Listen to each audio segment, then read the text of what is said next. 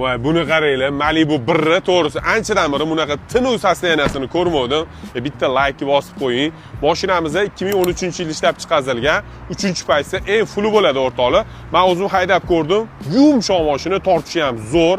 Kraskasiga keladigan bo'lsak, mana mashi eshikni burchak kichkina joyi qirilgani uchun sepilgan ekan. Pitlo nari taraf kalinka ham shunaqa qirilgani uchun sepilgan. Unaqa seryozni udar bo'lmagan.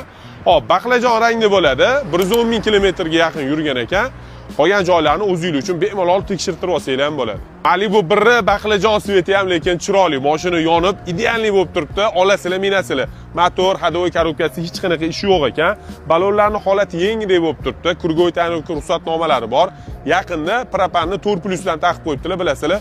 15 millionga yaqin turar ekan. U ham salon holatini bitta ko'ramiz. Bu mashina birinchi chiqqanda mana shu podsevetkasiga kasal bo'lganman-da, ko'pchilik qiziqqani o'rtoqlar. Salon holatlari idealniy matvi tinnu bo'lib turibdi. Sidenalarni ko'rishingiz mumkin. Mana richak ustini shunday yechamiz, ham qaranglar.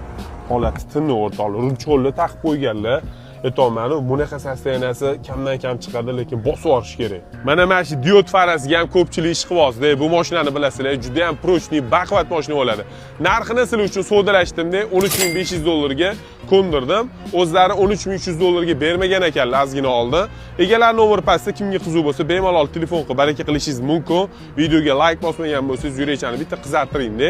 Mana shunaqa Malibuga qiziqadigan tanishingizni bu videoni yuborib qo'yinglar. Inshaalloh manfaatli bo'ladi.